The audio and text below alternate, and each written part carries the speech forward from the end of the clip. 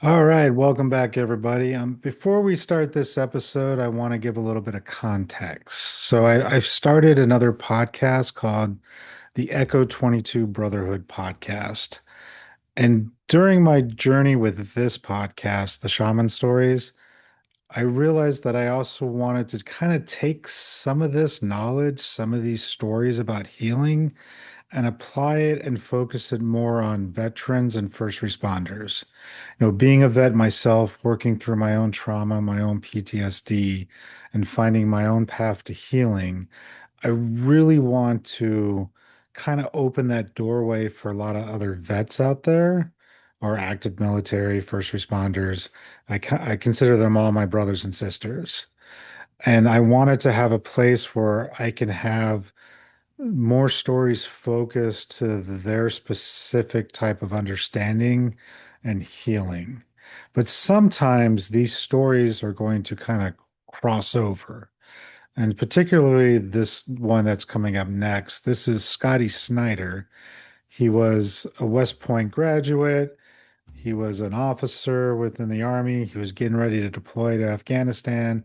And then he got injured in a training exercise, wasn't able to deploy, had to get out of the military, was lost, trying to find his way through life.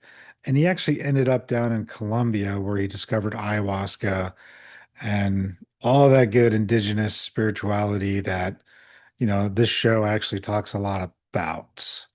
And so I thought that this would be a really great fit for this podcast as well. And I really didn't want to have to record it twice because that didn't make sense to me. So I'm going to go ahead and upload that episode here as well. If you're interested in listening to that, or maybe you know some military friends, family, first responders who could use some different information that's out there. And I'm not discounting talk therapy or even going and getting pills for when you need them, but there's other ways that we can open up paths to healing. And by having those stories out there, I'm hoping that they can see the light at the end of the tunnel and they don't kill themselves because there's no reason for it. It's senseless and it's pointless. So if you know someone who's going through that, share the podcast with them. Hopefully they find some value out of it. It's not going to be the spiritual journey per se, like this show is, but it will be a journey to healing. So you might enjoy it as well too. Just know it is more focused for military first responders. And so that's a lot of the stuff we're going to be talking about too is what's it like being in service? What's it like, being on the police force for 30 years? And day after day having to go in and worried about, getting shot or doing something wrong and hurting somebody else and the type of trauma that that carries on them as well. We always hear about the other side who get hurt, but we also don't want to take time and understand what soldiers and, fire department, police officers, EMTs, what they go through on a daily basis. So I want to show both sides to that, and I want them to find a path to healing as well. So if you're interested, hopefully you'll like this episode. Not every episode on the Echo 22 is going to be this type of spiritual theme, but when one does come up, I'm going to go ahead and throw it on here as well if I think it's a good fit. So if you're not interested, you just want to wait till I post them, that's fine too. But, feel free to subscribe, like all that stuff on the other channel as well. And you'll get notified when new episodes are coming out. It's a new podcast, so there's only a couple up right now, but I've already got so much back catalog, so many more interviews scheduled, more interviews coming for the Shaman Stories podcast as well. I'm not quitting this podcast either. I really think both have their place. Both are important, and I'm going to keep both of them going at this time. And then on other news, if you are interested as well, I've also started a school platform. It's $10 a month, and I teach you how to do your own healing. I start you out with the foundational practices, teach you a little bit of breath work, teach you a little bit of meditation, teach you some grounding exercises, all to help regulate your nervous system, help you get more centered within yourself. And then the other class I have is Intro to Journey Work, where you're going to meet your power animal, learn some basic techniques for journeying. And then by the end of the month, I'm going to teach you how to use the emotion code on yourself. And then from there, I'll get more advanced stuff as we go. I got a Reiki 1 class coming, etc. I'm just building it up. And the whole purpose of this platform is you don't need to necessarily spend thousands of dollars to be initiated to become a shaman like I did. If you want to, that's fine. Like, I'm not saying you don't, but I want to give people the tools where they can do at least some basic healing on themselves. That's really what the school platform is for. And then obviously, later on, if you want to become initiated, you could either go through myself, through my shaman school, or you can go with somebody else. That's cool too. This is really just a platform to give you the basic tools to work on yourself so you can get some healing. It's not teaching you how to work on anyone else right now. This is just strictly what you can do for yourself. And that's really what I wanted it to be about. We have monthly Q&As, we have a monthly healing circle, and then as the platform grows and the community grows, we'll do more and more things. And I might have other people come on and teach some classes. All these cool people I've been interviewing with all have things they can provide. And I would love to get some of them on to teach a couple classes as well and just get people more engaged on learning how to do things themselves. We got to take the power back to heal ourselves. That's what it's for. So, again, I hope you enjoy this episode. That's enough of me rambling on right now. But if you're interested in the Echo 22 or know somebody who is, please share it with them. If you're interested in the school platform, please check it out. And other than that, just keep enjoying the show. Send me some comments. If you're interested in coming on the show or you have a good guest that would be, send them my way, the Shaman Stories Podcast at gmail.com. Again, all of that is in the show notes. But thank you guys for listening. I appreciate that you're coming back weekly. The show's been getting bigger and bigger every month. It's done really well where I started out a little over a year ago with like 2 people listening over and over. Now I think we're up to like 120 subscribers, which, in YouTube world is nothing, but to me it's everything. And I really do appreciate everyone who's subscribed, listening. I don't even know what it is on the audio side of things because I really try not to look at those numbers because I don't want to let that impact what I do with this show. I really just enjoy talking to these people, seeing where they're coming from, listening and learning their stories. And honestly, I learn new things that I can use in my own daily life as well. And I hope you're getting that. So without further ado, and me rambling on again for another 3 minutes, this is the episode of Echo 22 Brotherhood Podcast with Scottie Schneider. Thank you. You don't just walk away from war. It follows you. In your head, in your chest, in your sleep. And most people, they'll never understand that. But here, you don't have to explain it.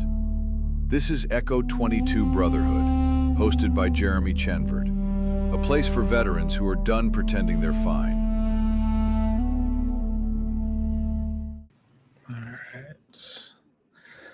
All right, ladies and gentlemen, welcome to the Echo 22 Brotherhood Podcast. This is a podcast where I'm hoping and truly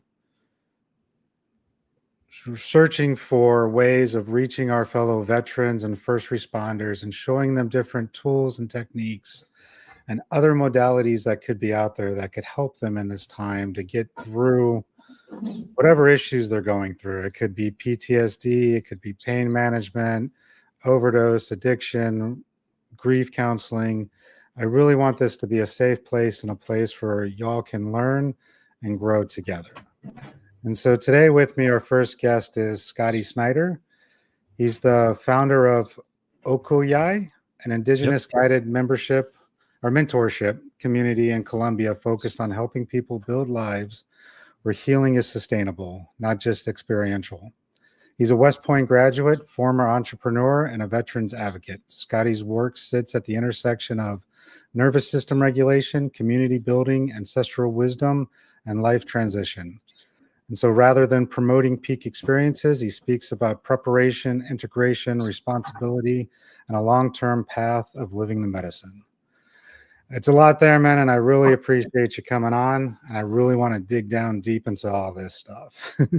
Let's do it, man. I'm really appreciative of the work that you put into this podcast and your other communities. And I know it takes a lot of time, man. So thank you for doing the work to get these stories and spread the word out. So let's start with the beginning. West Point to now Columbia. There's got to be an interesting story there. I mean, what made you decide to go to Columbia? Like, what did something happen in your time in service? Did something lead you down this medicine path? Like, what drove you to Columbia?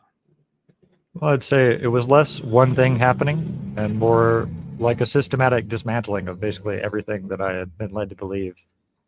I grew up homeschooled on a small farm in North Carolina to extremely right-wing, fundamentalist, evangelical parents. So I didn't get out much. Didn't watch a lot of movies, didn't listen to a lot of music, etc. Didn't have a lot of friends. And so I got out as quickly as I could. My granddad, dad, uncle, and great-grandfather were all academy graduates. So it was not necessarily expected, but it was a bit of a legacy thing. So I was like, well, this is my ticket out, right? So I joined West Point. And if you can imagine, I'm going from the very strict tradition upbringing of Christianity, and everywhere in the world, everything else that doesn't believe exactly what we believe is not good. And so I went right into West Point, which is a bit of a culture shock. And I'm starting to take philosophy classes, starting to get other perspectives, meeting other people from different backgrounds, and also seeing friends, brothers and sisters of mine that are coming back in body bags from the current conflicts in Afghanistan and Iraq at that time. And so it makes one think about, where are you going to go when you die, you know? And so that process of exploration led to me being estranged from my family. My dad was basically like, look, if you don't believe the same way we do, you're out. Okay, man, I don't really have a choice. So I lose my family. I graduate West Point. I choose Wainwright, Alaska as a posting. I'm a field artillery officer, and I've been promised a SF selection spot and a Ranger selection spot after we deploy. So I'm getting ready for that. Before we deploy, my dumb ass is out there snowshoeing at -40 in Alaska. I get super lost because, of course, I'm a junior officer and we can't read maps. I spend 8 hours out there. And in that process, I get 3rd-degree frostbite to my fingertips, nearly lost like the first digit of my fingers, and 4th and 5th-degree frostbite to my right foot. And so I nearly lose half my foot. So I get basically I navigate my way out of there, find a truck driver to pick me up on the side of the road. And where I was hiking to is like this retreat center up in Alaska, like a hot springs. And there was a ranger instructor there that took one look at me and said, "Sir, you need to get to the hospital immediately." So off I go. Turns out I was 6 months in the hospital before they figure out how much of my foot they were going to take. And I didn't lose half my foot, but I lost a toe and a half. Now this leaves me with severe cold weather injuries. So if anybody has been in recent service and they've seen a cold weather injury slide, what's left of my right foot is probably on it somewhere, like pointing to, don't be that guy. I'm that guy. And so I get medically retired. So within the space of a year, I've lost my career, my identity, the community of the Army, and my family. I've got nothing, man.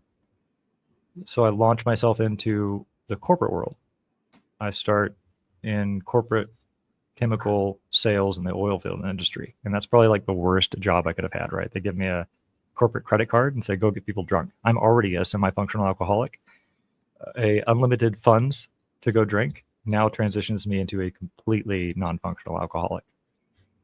So I get to the top of that industry. I'm making good money.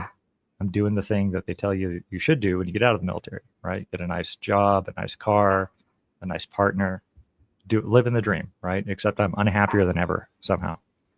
Okay, that doesn't work. So maybe entrepreneurship will be the next thing. And so I build 2 companies and I'm successful at that. And I build one. My first one hit $50,000 MRR in less than 6 months. It's like, I've made it. I'm going to buy a yacht. I'm going to be happy. Nope, still unhappy. And then somehow unhappier than ever, now stressed to boot.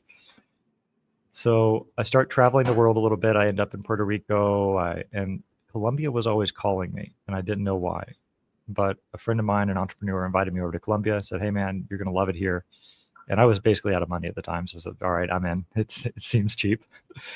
And I landed in Colombia. And from the moment that I arrived, I felt like I was home.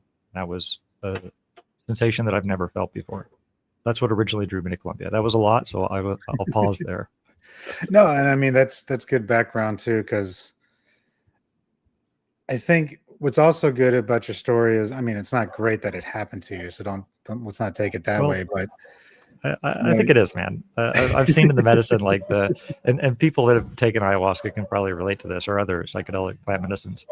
You get to the point where you have an incredible gratitude for even the worst parts of your life, because I see how they've brought me up to this point right now, and I'm very grateful for that.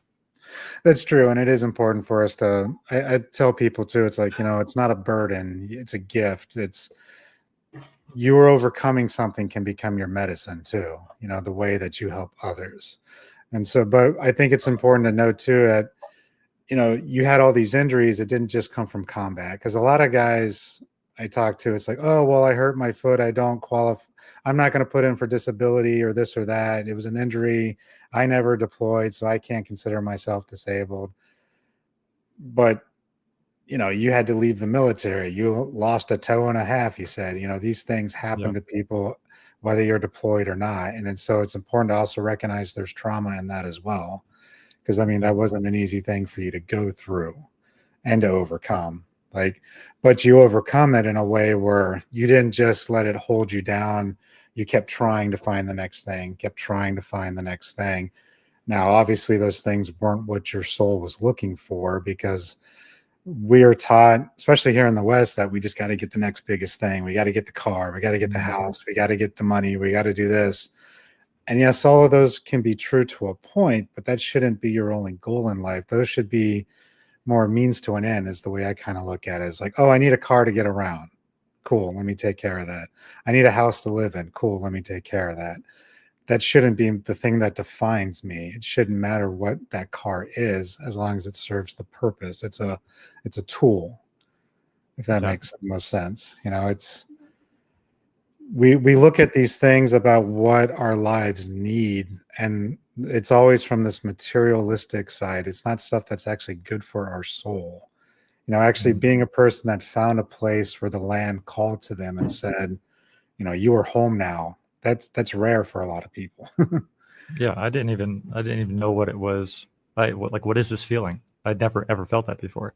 But you mentioned something really, really important that I think it's necessary or useful to reiterate, which is the idea that, oh, my injuries weren't in combat. There's a real problem. Well, you could look at it as a problem, but there's a real thing among veterans where they sort of classify their level of trauma. I talked to a lot of them. I had a podcast a couple of years ago where I just talked to veterans and asked them to share their story. And I identified that there's usually pre-military trauma. There's trauma in the military, like PTSD or combat experiences, and then there's after the military trauma that comes from the transition separation. So my own story is I dealt with a crippling injury, loss of identity, and also a tremendous amount of survivor's guilt. I mean, think of it like the still a living nightmare of me on crutches on the tarmac, looking at my platoon that I was responsible for training and leading, load in to go to combat without me because I had basically done an idiot move and gotten myself injured. The amount of grief that I had to go through to process that was immense. And then there's a second story of literally the first veteran I ever interviewed told me before the interview, he's like, hey man, I don't have any combat related stories. I don't think my story is worth sharing. I was like, let's do it anyway, man. I didn't know where it was going to lead. Turns out this guy was cleanup crew for the Oklahoma City bombing and responsible for the part of it that was the former preschool. And he starts talking to me about how he's sifting through the rubble, picking up little baby arms, and breaks into tears in the podcast. So I think it's a really good, useful way of saying again that we all have things that we have to deal with, and that we should never compare our trauma with anyone else's.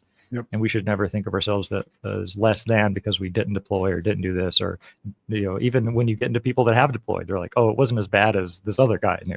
It's endless. Yeah. No, that's how I was, right? I was a commo guy. And so I deployed 3 times. I went to Iraq twice, Afghanistan once. and I was with combat engineers. I was with the transportation unit doing convoy security, but nothing ever happened to me, directly. Things were always ahead, behind, near, but I wasn't shot at. I wasn't kicking down doors. I didn't shoot anybody. So how could I have any trauma? How could I have any PTSD? And it's like, yeah, but I was watching, strikers getting taken out by IEDs. I was emptying out vehicles after they got blown up and taking out the commo equipment. I was seeing my friends go home missing legs. Like that stuff happened, but I didn't want to recognize it because, I wasn't kicking indoors, so it can't be that bad for me. And that's an important lesson I think we all need to look at is trauma comes in so many different levels, different ways. And what I perceive as a trauma doesn't mean you're going to perceive it that way. And that's okay. And but we all have our own stories to tell and our own things that we need to work through. And I mean, I came back for myself. I was super angry. I didn't understand why. I was self-medicating. The VA's giving me pills that just numb me, didn't make me want to do anything. And then I started smoking weed every day, drinking, and nothing was helping. It was just this constant build up.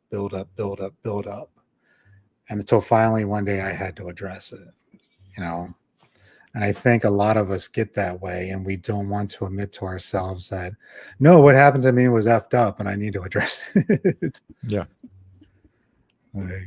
It's crazy how it happens. So, but let's get into the work you actually do, because I think this work's important. So you're in Colombia, you're working with elders of indigenous folks, I guess tribes. I'm not sure how they want to relate to themselves down there. I know like in Peru, where I did a lot of my training, we consider them tribes, like the Shibibu tribe and the Quero shamans. So I don't really know much about Colombia and their culture. So how does that set up before we get into the actual healing modalities? Yeah, there are quite a few tribes here in Colombia. The ones in Putumayo, which are closer to Ecuador in the jungle, they typically, but not always, work with ayahuasca, or as we call it here in Colombia, yahe, which you're probably familiar with. And it's in terms of differences between Peruvian and Colombian traditions, Peruvian traditions, in my limited experience, tend to be a bit quieter. Colombian experiences can quite often be very much like a party and a little crazy, and the brew is I think in many cases quite a bit stronger. There are quite a few. There's the Kofan, just listing off some of the tribes that work with yahe in this territory. The Inga, the Kofan, the Siona are the three that come like right off the bat to my mind. There are also a lot of other tribes that we're working with as well, like the Morui people or the Witoto. They're in the Amazon basin. They typically work with Mambe and Ambil, like just with Mambe and Ambil. You've got the Wiwa up north. We have one of our elders there. They're in the Sierra Nevada mountains. They work just with the coca leaf and Ambira. And so all of these different traditions have a lot of wonderful lessons to share, regardless of whether they use ayahuasca or not. And so that's what we're trying to understand. Nice. And I know where you're at, you said it's not a retreat center. You have an online community. That's what the Ocoyai is. Yep, so that's correct. When you were down there and started working with them, did you start trying to work with one of the elders to specifically work on your trauma, or did it just kind of happen over time? Like, what drew you into this work itself? Yeah, well, that's a great question. There's a good friend of mine, and he still lives in this area, called Jonathan Lang, and he was a cavalry scout. Now, you can imagine, I had never taken plant medicines or psychedelics or anything spiritual before. The closest I got to spirituality was like a little bit of a hot yoga class that I wasn't super into. I had done a lot of Vipassana meditation, and I had worked a lot with LSD and a little bit with MDMA in a therapeutic sense to get myself to the point where I could actually look at myself somewhat objectively. But it wasn't until I was training with Jonathan at the same gym. We were in a movement gym inspired by one of Ido Portal's students. Ido Portal is like this amazing capoeira artist and movement specialist. He's pretty intense, but pretty cool. And so Jonathan and I are running out in the river one day. We've gone out to this place where I live right now called San Rafael, and there's this river that goes up the mountains with a lot of rocks, and we're doing natural movement there. And he's like, "Hey man, you should try Mambe and Ambil and Rapé." you're familiar with rapé, right? Oh yeah. I'm assuming, yeah. So for those that aren't, it's a primarily tobacco based. You could think of it as a snuff, and it's a ceremonial medicine. And so he gives me these medicines, and I'm like, whatever, man. It sounds woo woo crap or whatever. And it was so strong that it knocked me on my back for like an hour and a half. I couldn't move. I was like, dude, this is the worst experience ever. I'm not doing anything like this again. You're crazy. And he kept on gently mentioning that I should probably try ayahuasca because he was familiar with the things that were going on in my life. And I trusted him enough because he was a combat veteran and a military veteran to actually do it, to overcome the resistance in my mind that I had towards woo-woo bull. And so how much do I have to watch my language on this show? Go for it, man. I'm not going to censor any of it. Okay, great. That's how I do it too. I just wanted to check. I should have checked before, but whatever. Yeah, so I tried ayahuasca and nothing happened the first time. The Taita looked at me and said, hey man, you're blocked. I took 5 cups, if you can imagine. Jeez. First time, 5 cups, nothing happened. Not a vision, not a sensation, nothing, not a peep. I was really blocked. And Jonathan said, hey man, that can happen sometimes the first time, try it again. So I tried it again, and that's what unlocked kind of the entire world for me. And I thought that the medicine was going to make all my traumas go away. And I was trying to work on this trauma that I had from my dad when my dad kicked me out of the family. And what I saw instead was I saw that same interaction where my father kicked me out of the family quite publicly in front of my granddad. I saw it from his perspective and the fact that he was trying to be a good son to his dad. And I was like, oh my God. And so what I didn't come away with like trauma healing in the strictest sense of the word that it went away. I came away with a tremendous sense of compassion and a understanding of my own responsibility to do the work myself.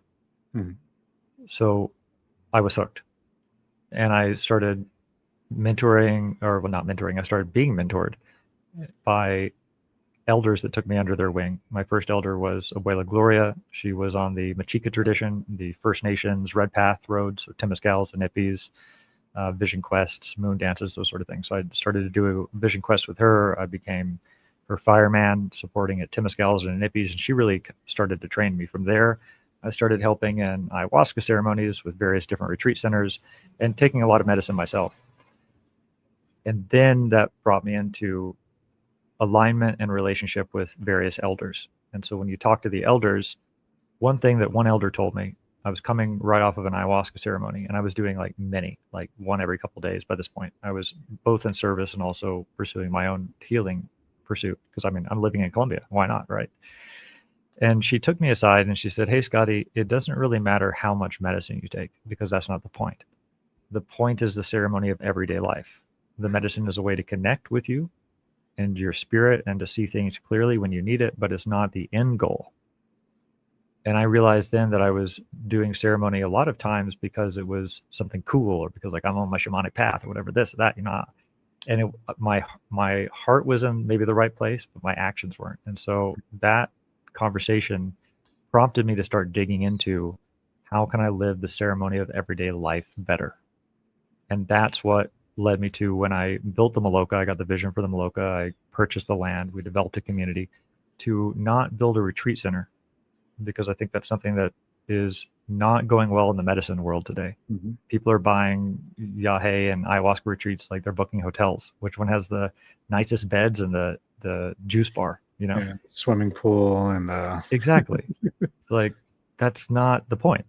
The point is, how do you change your life after the medicine? How do your habits change? How do your conversations change? How do your relationships change? And that's a really hard thing to do, which is what led us into the development of, we're not going to develop a retreat center. We're not going to commoditize the medicine. We're going to build a community, because that's what people need. It's what you're doing with Echo 22 on school, right? People need community, and they need guidance and accountability and support as they walk their life. Like nobody can ever tell you, hey, this is the thing you got to do with your life, or this is how you heal. You have to figure that out for yourself, but it doesn't mean you have to do it unsupported. And we feel that that's the biggest need right now in the medicine world, in the world overall, and also in veterans. And so if and when we do offer ceremonies, there won't be ceremonies so much as there'll be immersions. Like our community, I'm married into an Indigenous family, so I'm now like the whitest member of the Mutabe tribe. When we do ceremonies, it will be something not like a retreat, but hey, this is what we do as a community to pray. And if you're in good relationship with our community, if you're doing the work in your life, if we know, like, and trust you, then you'll be invited in. Not this idea of monetizing or creating a business out of moving people through retreats and then not helping them on the back end, which is where most of the work occurs. Yeah, and that's an important thing to note too. And because I've seen a lot of things, Facebook ads, this and that, of all these retreat centers marketing to veterans to help them with PTSD. And I think a lot of them come from places of good intention, because a lot of them are like, it's free, it doesn't cost this. They might have some grant money to pay for it. I've even seen some where they fly them out to Mexico and they do like a mushroom journey. All of those can have their place, but I do agree that it's becoming so oversaturated and commercialized that a lot of these facilitators out there are not properly trained. They don't understand the medicine. They haven't worked with the plant long enough to truly understand what it can or can't do, or honestly, what happens if during ceremony, one of the veterans starts freaking out and starts having a flashback during the ceremony, and the person running it doesn't know how to help facilitate that. With the Shibibu tribe, they have like Icaros where they can call to the medicine and try to help calm things down. They might do some saging or some clearing. There's certain protocols in place with years and years of training. Yeah. Or you just tie them up to a tree. That's how we do it down here. Just tie them up to a tree. But I mean, I've seen those too in my own ceremonies where someone starts freaking out and you're like, all right, let's work through this. We can do this. Yeah. Even in my own training, I did a mushroom ceremony for the first time, and this dude had all this rage and anger, and he just started like pounding the ground and ripping up the dirt. And part of me as a first-time facilitator is going, what the fuck do I do now? And the other part of me is going, he needs to do this. You just got to let it happen. It's like, all right. So, I'm in conflict with myself as a new facilitator, but I let it play out. He got out what he needed. He had to work through it. Everything worked great. But some people are cutting corners with the medicine too. They're like, diluting it, or they're mixing it with things they shouldn't have, or they're not making it properly, or even making it with the right intention, the intention of just making money versus the intention of it should be made for medicine. It's made for a specific ceremony, et cetera, et cetera. And you have even worse case scenarios where people are getting raped by the facilitator. People are getting taken advantage or abused, or end up in a ditch somewhere because they just took their money and gave them some medicine and dropped them off somewhere, and they didn't understand what was going on. There's a lot of bad stuff that can happen too. And ayahuasca itself, or any plant medicine, shouldn't be taken as a quick fix tool. Like you were saying, there is integration work that needs to be done. You are going to see something that you probably aren't going to like, but hopefully comes through in a way that shows you the other side of it, shows you the compassion, or shows you that it's going to be okay. I've done many ayahuasca ceremonies myself where I was kind of the same boat as you, like, oh, I need to go back next month because I need to get some more healing done, versus, no, I need to look at what I was shown, what I was told, and how can I keep that incorporation going? Because you do get that ceremonial high, that I call it, where you come out and you're like, oh, everything is great. I'm fixed. I'm perfect. It's awesome. And then you go back to your normal routine, your normal daily life, the daily grind. And there's no integration. There's no one to talk to. There's no one to check in with. You just start going back to those old habits, and you don't make any changes. And that's what I think is good about your community. On your websites, you had a video. It was like the 8 steps. And one of the steps was the 8 gaps. So what you were mentioning before is kind of like the focus of what's going wrong with the facilitation end of things.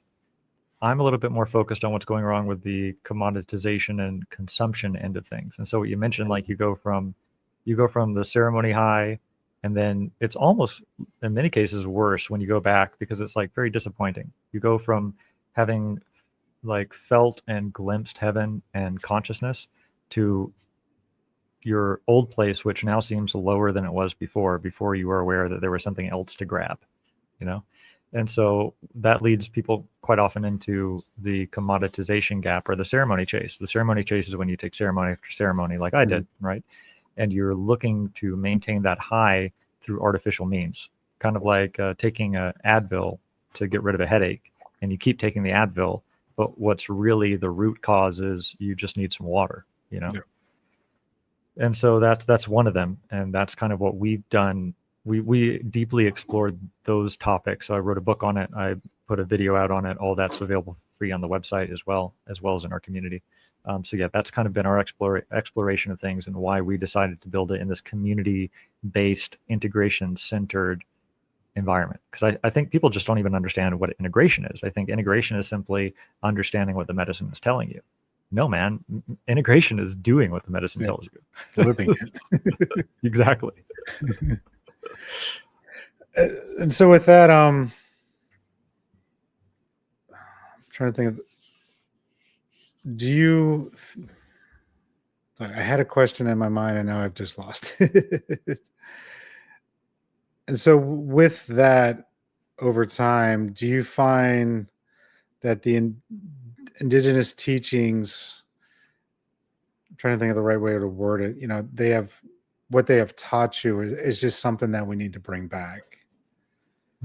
It absolutely is. I think one of the roots of why we're so unhappy today is because we've gotten away from community, we've gotten away from ancestry, and we've gotten away from listening to our elders. And in every culture, ours included, there is wisdom passed down voice to voice, father to son, mother to daughter, etc. But we've, in many cases, separated that.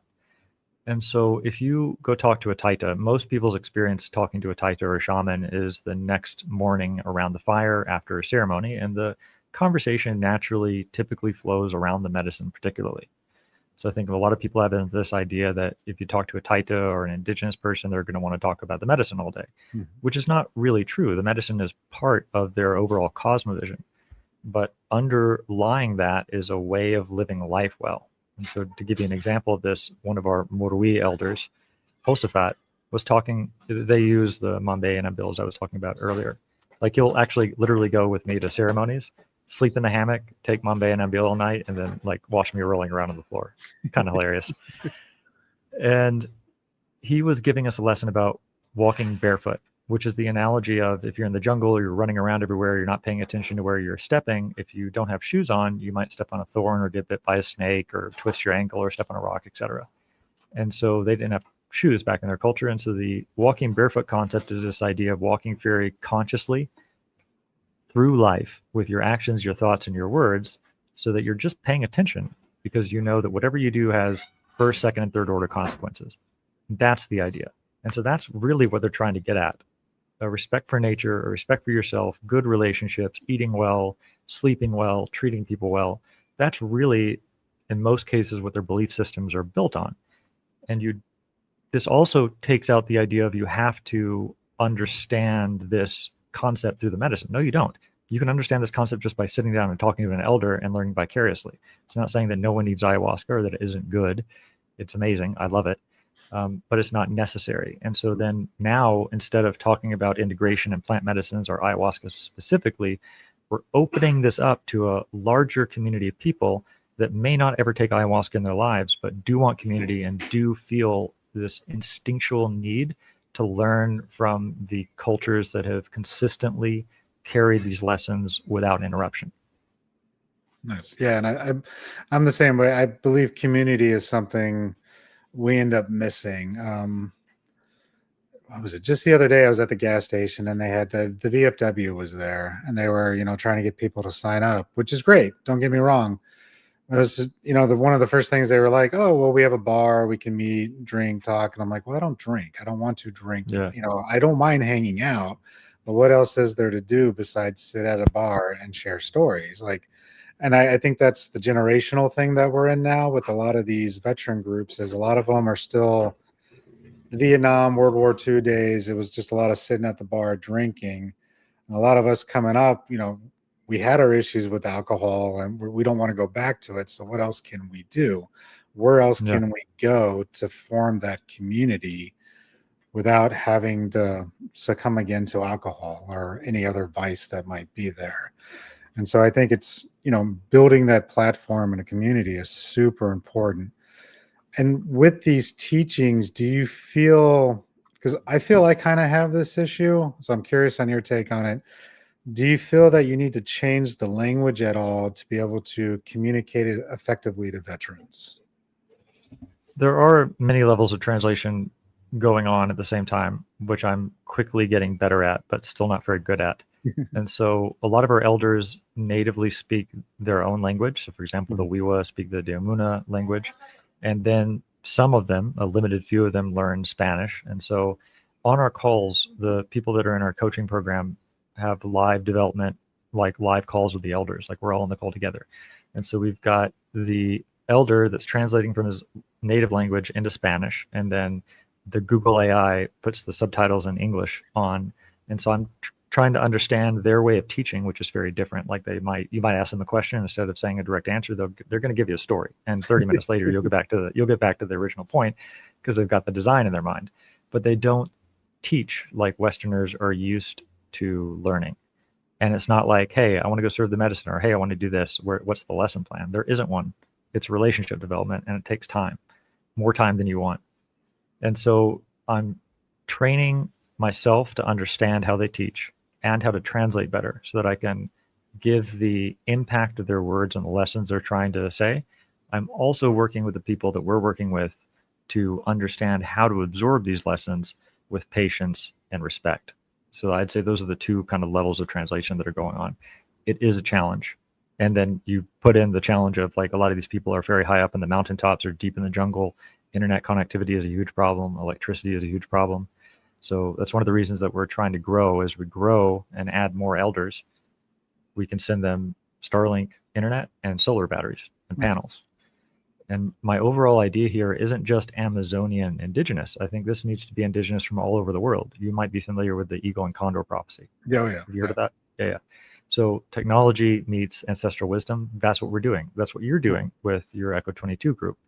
And so I imagine, I don't know how long it's going to take, but I imagine in the future we'll be able to talk to Cherokee and Inuit and the African tribes, and there are Chinese indigenous tribes as well, and Amazonian tribes, and so on.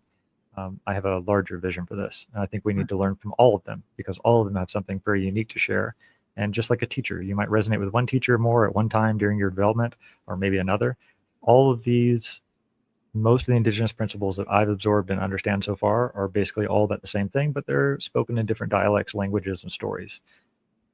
Nice. Oh, I like that. That's a great idea. And for anyone that doesn't know the prophecy, it was about 400 or 500 years ago when the conquistadors came to South America. It might even be longer at this point now, but they came to South America, invaded, took over. The culture there knew that this was happening, and a lot of their shamans went up into the mountains to kind of hang on to the old ways, the traditions. And the prophecy was saying that at some point the eagle and the condor would fly together, the eagle being North America, technology being in your head, and the new ways of the way we do things now here in the West. And the condor was South America, with the old traditions, being with the earth, connecting and everything. And what we consider alternative healing was, the traditional healing back in the day. And at some point we were going to work together and connect and be together and, use the good parts of each in order to help everyone. And around I think it kind of started as early as the 50s, but definitely by the 70s, a lot of these indigenous tribes in North America and South America started meeting and started sharing their information, coming down from the mountains. And I mean, now we have things like ayahuasca, and all these other plants are all over the world now. We have all these online communities teaching people how to connect back to their roots. All these things are available to us in a way that was never there before. And to me, the prophecy is coming through. In my lineage, we call this time that we're in now the Pachacuti. It's a time of great change. It's the time of becoming something. And astrologically, there's a bunch of stuff there. The Mayan calendar that was supposed to end the world in 2012 was really the end of an age, and it takes 18 years for a new age to be formed. So that brings us to 2030. The Lakota tribe has almost the same Yep. type of prophecy. The Hopi as well. It's not just one tribe that carried this. When I say eagle and condor, I think we're really referring to more of an amalgamation of all of the different prophecies that are basically pointing to the same thing. Basically, we got to connect and work together. And when you mentioned the tribes that went up to the mountains, like we're talking to one of them right now. That's the Wiwa. It was the Arwaku, the Wiwa, the Kogi, and there's one other that I'm spacing right now. But one of our Wiwa elders, our first call with him a couple of weeks ago, I just asked him, like, hey man, why are you doing this? And he gave me the full explanation. Like, when the conquistadors came, I'll put this in like millennial or Y language, whatever the new generation is. the Wiwa people and their brothers just yeeted up into the mountains. They're like, nope, not gonna have this. And they've been up there for several generations, I think like 5 or 6 generations, praying and doing energetic work. So these are the people that live basically on the glaciers and on the mountains in the Sierra Nevada. It's like the Andes chain splits into 3 cordilleras, like smaller round mountain ranges. I'm not sure the geographical term for it. One of those ends up right at the sea. And so it's like you've got snow-capped mountains and then the sea right at the Caribbean coast of Colombia. It's like one of the most beautiful places in the world. And they're like, well, about a generation or 2 ago, our elders got together and said, we've done our work, but we're looking down there and things are not going so well down there. And so we've got to interact. We've got to learn Spanish. We've got to go down there. We have to teach our children 70% our culture and 30% the culture of outside so they can become bridges. And so they are hardcore nature people, like sit on a rock, live in a cave for the first 7 years of their life, nature people. They're insanely wonderful people. And so that's part of what we're doing, because if you can imagine, the indigenous tribes don't have a usually large skill in technology, internet, remote work, online meetings. This is quite new to a lot of them. And so we're groundbreaking in that territory, helping to get their word out and also get people the help they need. Nice. Yeah, it's important, and we need to recognize their voices and what they bring to the table. And I think we're getting there. I mean, there's still, some resistance, obviously, because it's a mind shift for a lot of people when you start looking into this work. I never thought I would go down this road. You know what I mean? This was not on my bingo card for life whatsoever. Doesn't sound like it was for you either. It's just one of those things that hit me like a ton of bricks. And I was like, oh, this makes more sense. I understand it now. And I guess, how do you, I don't want to say market, because I feel that's not the right terminology, but when you talk to veterans who are going through trauma and they're looking for healing and they're trying to understand their life, like what are some of the, I guess, easiest concepts to bring up when you're trying to describe this work for them, or these teachings? Yeah. Well, I'm a salesperson by trade. And so I've gotten quite good at persuading people. And I've put that into not a methodology, but I've adapted that because you don't want to ever pressure someone to go into the medicine. But persuasion at the highest level is more like coaching, meaning you're leading them towards the result that is going to be best for them, that they're kind of resisting, right? Because if they didn't need to be coached, if they didn't need to take ayahuasca, they probably wouldn't be sitting in front of you in the first place. There was a cousin of one of my best friends that was resisting the medicine. He wanted to take it kind of for like 3 years. And my friend asked me if I could talk to him. He was a Marine. He was a mail clerk, but his Chinook had gotten shot down in Afghanistan. And he was then locked into a 3-day firefight. Left him with very, very bad PTSD, suicidal thoughts, couldn't hold a job, couldn't hold a relationship. It was very challenging for him. And so he walked over to me by the fire. We had just gotten done with the ceremony. We were going into one that night. And he said, hey, I guess we're supposed to talk. All right, man. Well, tell me what's going on with your life. What is this PTSD? What are these things that are happening you're not happy with? And he gave me the whole laundry list. So, okay, what are you afraid of? Well, I'm afraid of like revisiting that spot, or I'm afraid of seeing something I'm uncomfortable with in the medicine. All right, man. Well, look, pretty simple choice. What are you more afraid of? Continuing to live like the way that you're living right now, or taking a chance that something might help you? And he paused. He said, okay, no one's ever explained it to me like that before. I'm in. Took me 30 seconds, So it depends obviously on the veteran, but sometimes we appreciate a more direct approach. Yeah. And another veteran that can be like, look, I understand where you're coming from. I've either had experiences that are similar, or I can empathize and relate in a way that civilians might not be able to. But I'm just going to tell it to you straight, man. This is worth trying. Here are the results of people that it worked for. And that was kind of the purpose of my podcast back in the day when I interviewed veterans, and what I think you're probably trying to do now, which is the idea that veterans come from different backgrounds. Some of them are Christians, some of them are Buddhists, some of them are atheists. Some of them want to heal from alcohol. Some of them want to do AA or church or whatever. There are many ways to get to the same result, which is us being conscious, healthy, and happy. And what I wanted to do then, and what I'm excited to see you probably doing now, is the idea of, if you've got this sort of background and you may be into plant medicines, check out this podcast with Scottie. Or if you're a Christian and you want to go to AA, check out this podcast. It's like the idea of exposing us to different viewpoints. Did that answer your question?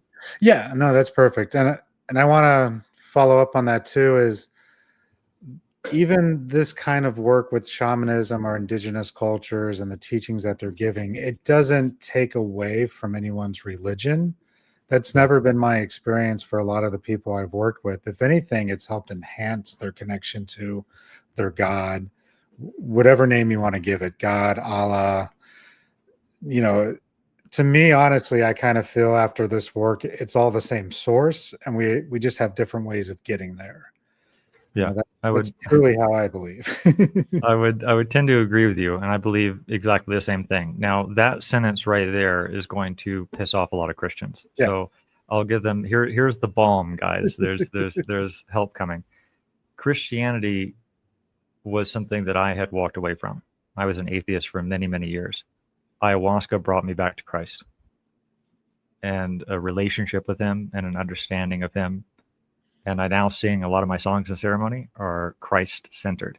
Nice. So it actually brought me back to Christianity, not in the strict sense of religion, but in the relationship, which I think is what we're really getting at. I mean, for the Christians that are familiar with the Bible, hopefully most of them, in Isaiah, God says, seek me and you'll find me if you seek me with all your heart. And that's what I did, and it led me to Christ. Nice.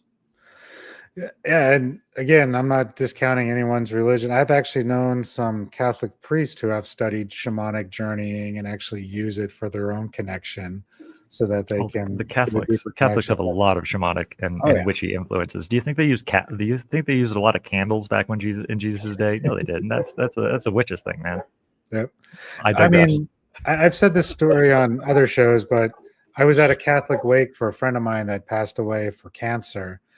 And the priest comes out and he's got his little incense burner and he starts calling in the 4 directions. And I'm feeling all this energy fill up this place. And I'm like, whoa, what is this? This is interesting. I was not expecting it whatsoever, but he was calling in the 4 directions, calling in his archetypes.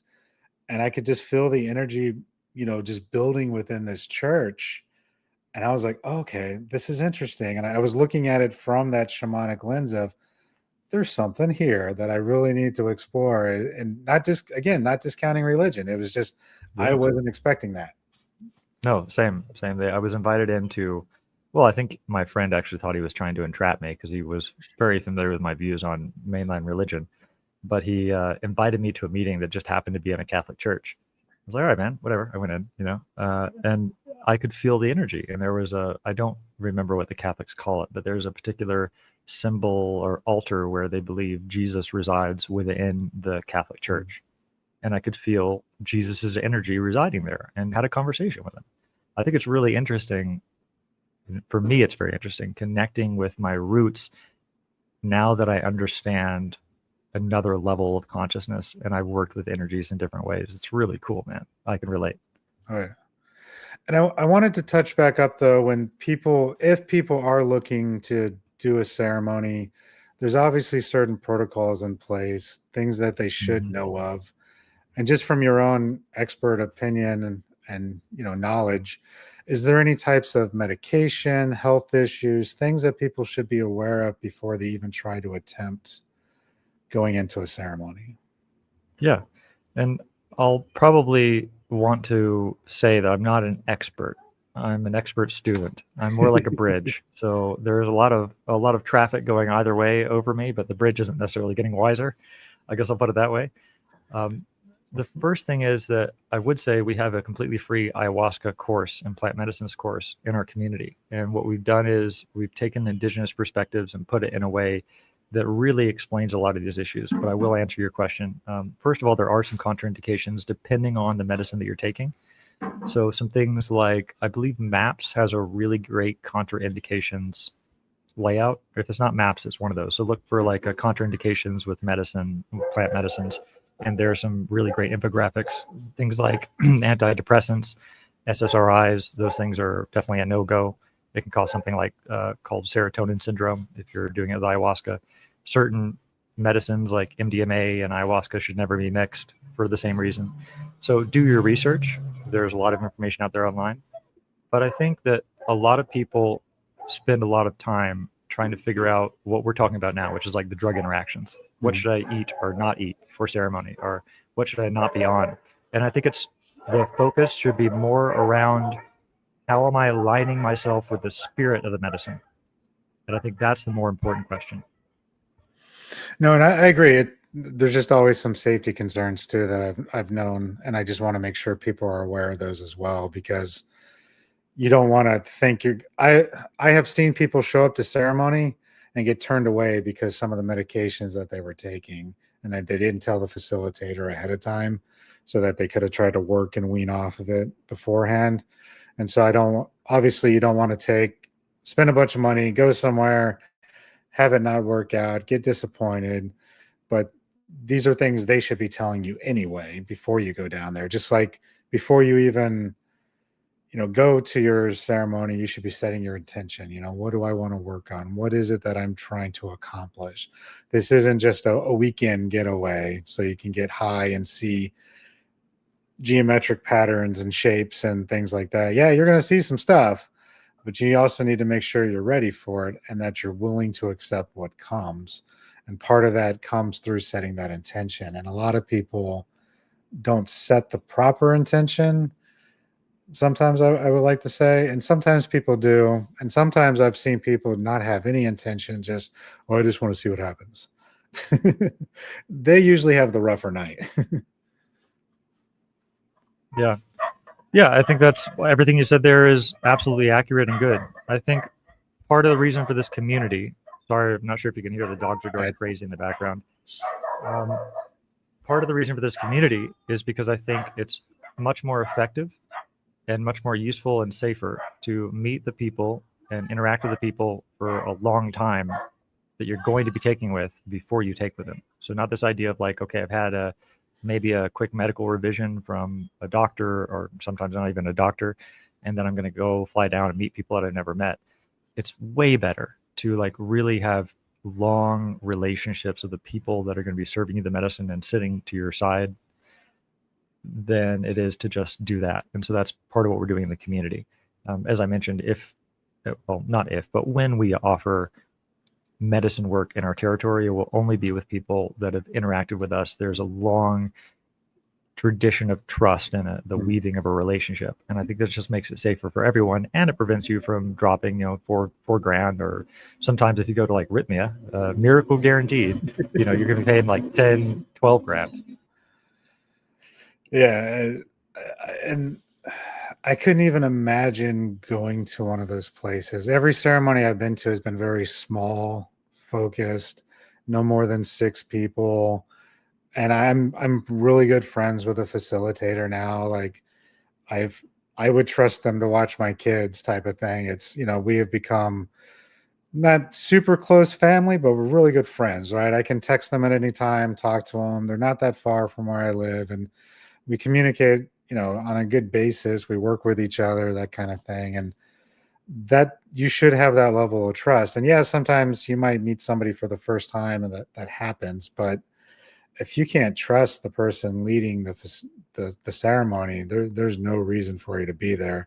And you as a facilitator need to make sure you offer that support that comes afterwards. Like we mentioned, the whole integration piece and follow through and checking in with them. It's so important, and these big places just miss it. It's more about the experience than anything else. Yeah, and as part of my research before I built Ocoyai, or while I was building it, I actually did sales calls with all the big, well, not all the big, but at least the big ones in Costa Rica with these retreat centers. And not a single one of them asked like really why I wanted to take the medicine. It was just a straight launch into, here are our room packages. And it's like ayahuasca was like a line item. I was like, I was so pissed, man. It's crazy. Yeah, it just takes away. It's no longer medicine. That's really what it is. It's a transaction, it's a product. Yeah, and that just takes away the healing factor. What do you think of these places that are opening up? I know we have them in Oregon now, where you can do like psilocybin therapy. I've talked to a guy who ran it, and from my understanding, they extract the chemical compound of things. So they'll have the chemical compound of ayahuasca, LSD. I mean, that's already a chemical, but then also like from the mushroom itself. It's not actually the plant. It's not actually the true medicine the way it was designed to be taken. Mm-hmm. And I know they get some good results, but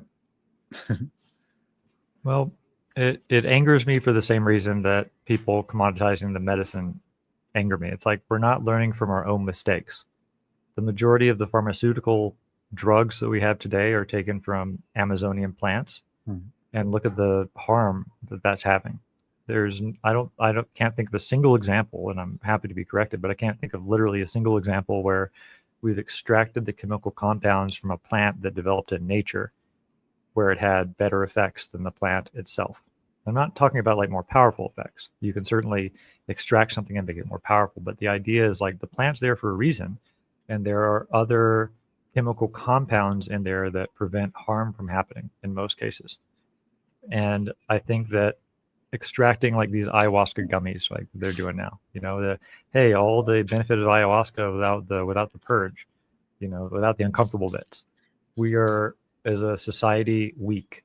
We've stripped all the uncomfortable bits away. Well, how's that working for you, man? How's it going for you? Not very well. So stop doing it. Stop doing it. And it's like this is not a compound. This is a spirit, man. Like, respect it.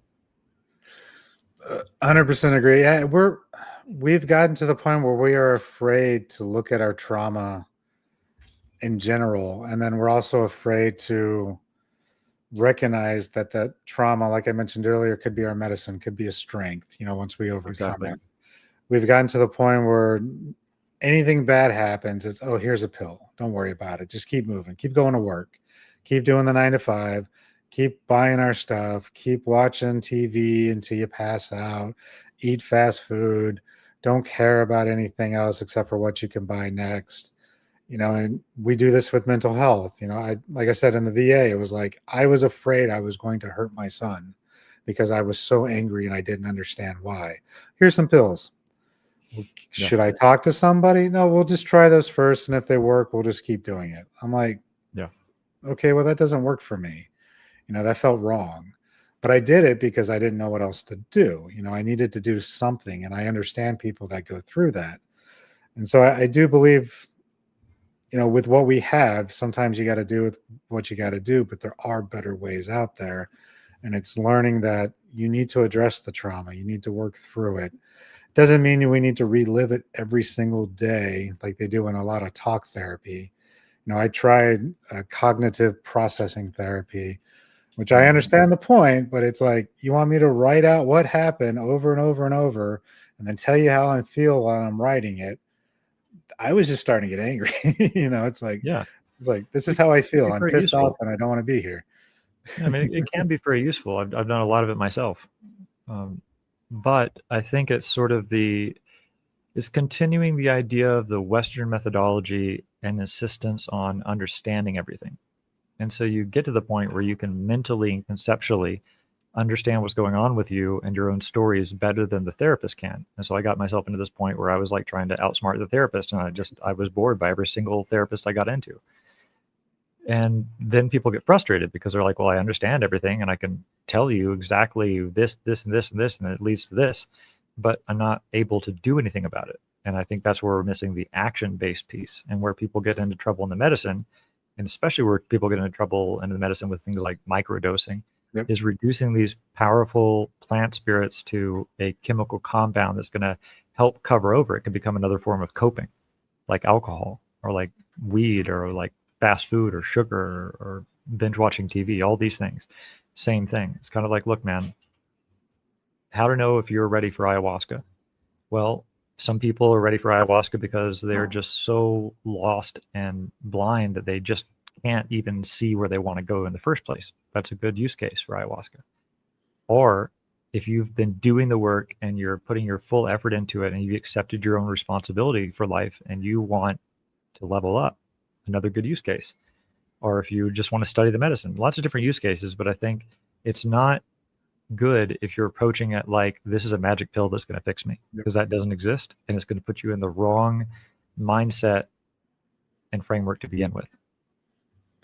No, I agree, especially with the microdosing. I see that a lot with people like, oh, well, I microdose. It helps me with my migraines, or it helps me with my mental health. And I'm like, okay, well, what else are you doing to address it? Because all you're doing is replacing one pill with another. Yeah, this one might be more natural. That's great. But what else are you doing? Because I truly believe healing is mind, body, spirit. Yeah. You know, we do have to work on our mind. We do have to work on what's going on. We do have to work on our body, and that's food, exercise, all that good stuff. And then we have the spirit level, which can be anything. It could be religion. It could be the energetics. It's clearing out the negative imprints that are left behind within our energetic field from these experiences, so we can reset. And a lot of times we get too hyper focused on one, and then we forget about the rest. Or we try to come at, like you mentioned, the spiritual side, but it becomes more the Western side. We're not actually diving in spirit. We're looking at it from a material aspect of, oh, I just need to do a weekend retreat and this will fix me. Yeah, I think we become so disconnected because before we disconnected everyone else from their spirituality, we did it to ourselves first. I'm speaking of not us particularly, but just our ancestors. Yeah. And so what I see a lot of times is usually, I'm just going to say it, white middle-aged people in the US are like, I'm a shaman, or they're like super into crystals. And like, I'm not saying I'm not down on crystals. Like, I'm a plant witch myself, but it's this idea of like almost over spiritualizing in a way that's not grounded. It's like their relationships are into shambles. They can't talk to their own mother. Their kids hate them and are out of the house, but they'll be happy to tell you how the pink quartz can restore relationships. It's like, shut up, man. Stop. It's like, it's this the entirety of everything that I've learned about the indigenous cultures is like, look, we don't care what you believe in. We really don't. Just live well.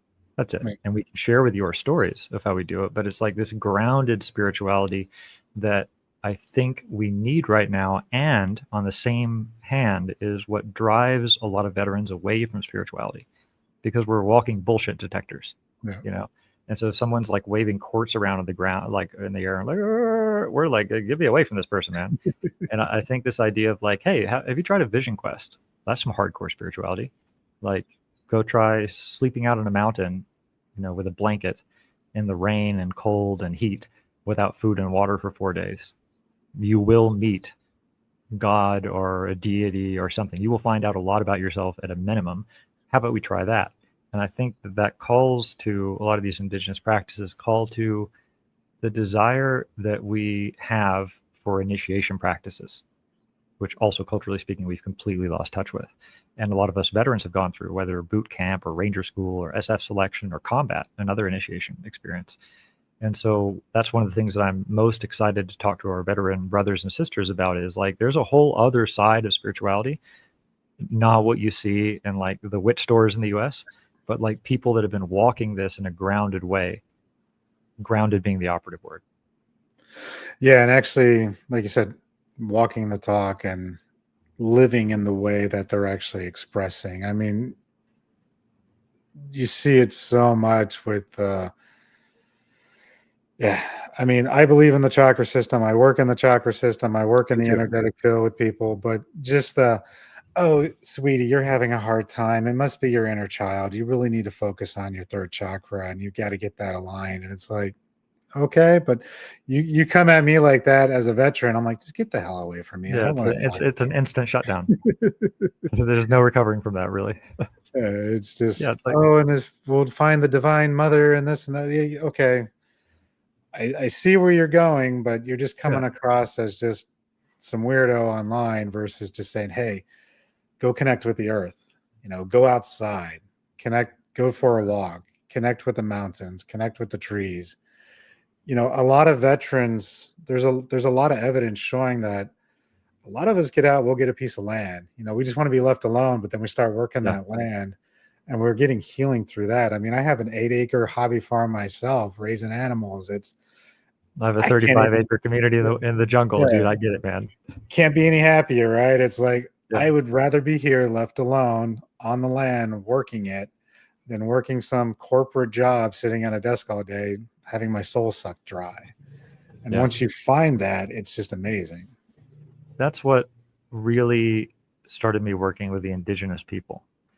All my life, I've had a lot of people tell me about how they see the world and what they think about politics and religion and all this stuff. My personal rule for life is the more you talk about spiritual stuff, the more likely you are to be full of complete bullshit. The people that I resonate with, it's how we learn leadership in the Army. Leaders are those that act in a way and comport themselves in a way that inspire others to follow them. You're not preaching at people. You're not trying to convert people over to your idea of seeing the world. You're simply living as an example of what a well-lived life is. Yeah. So the Indigenous leaders attracted me because I'm like, I see how you treat your family. I see how you talk to your children. I see how people look up to you and respect you. Tell me more, man. And that's what I'm about. And that's how I try to live. Not by trying to say what particular cosmovision I have about the universe or what name I want to call God, but as the Bible says, being judged by the fruit of our trees. And knowing that that person isn't perfect either, right? Oh, hell yeah. They're human. It's everyone thinks that they have to be this like perfect Instagram, Facebook life, spiritual guru, and that's how they act and come across. But like you said, their life might be in turmoil or something bad might be happening, but it's how they address that turmoil too and how they work through it and how they even can be honest about it. Like, yeah, my wife and I were having some issues. We're working on it. Here are some of the things I've been learning. This might help you as well. Or, my kids like this sometimes. We're working on it like this. The life doesn't have to be perfect to be with an alignment of some sort of spirituality of any kind. Exactly. You're living the life. You're living through the ups and downs. You're going to have your moments. And it's how you react to those moments that truly matter. And how you teach from those moments is even more important, because that's how you can truly be a teacher, is by going through it. Not just reading a book about other people going through it. Walking the talk, man. Walking the talk. So I guess last question I have for you is, I'm trying to think of the right way to word this too. It's obviously, I feel this is knowledge that at any level of the military you should be probably looking at and trying to fully understand yourself. And honestly, this would help a lot of people come to terms with things that happen right after they happen, instead of waiting 10, 20 years to address it. But I guess would this be something that would be good for people transitioning out of the military and starting to look at themselves more? Because I kind of feel when we're in the military, you have to have a certain mindset in order to survive, right? As for good or bad. They pump us full of anger and basic, and that's basically the only emotion we get throughout our entire time. If we mess up, we get smoked, we get angry from that, and we do better because we don't want to do it again. You guys were full of anger? That's weird. I just got pumped full of coffee and Officer Basic. Well, you know, I was on the enlisted side, so I got lots of anger. And what makes the green grass grow, man? Blood, blood, bright Blood, red blood, bright blood. red blood. You got to have some anger to be able to move through. And that's just kind of what we were pumped with. And I noticed that's they teach us how to be angry, but then they don't teach us how to not be angry. Exactly. Yeah. Yeah, 100%. And so I kind of feel Yeah. your teachings would help with that coming out. It's for everybody, man. It's for everybody. You know, whether you're transitioning out of the military, you're about to lose a community. And if you haven't left yet, you don't understand the impact that's going to have on your life. But like everybody needs community, man, whether you're still in, whether you've been out for 20 years.